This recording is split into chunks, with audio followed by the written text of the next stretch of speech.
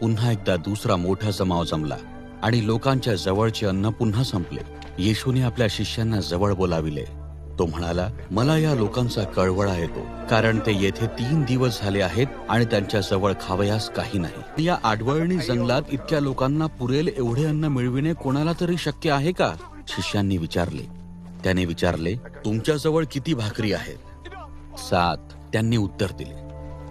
त्याने जमावाला जमिनीवर बसावयास सांगितले. मग त्याने त्या 7 भाकरी घेतल्या आणि त्या भाकरींबद्दल देवाचे आभार मानले. नंतर त्याचे तुकडे करून ते त्याने शिष्यांना दिले आणि शिष्यांनी ते लोकांना वाढले.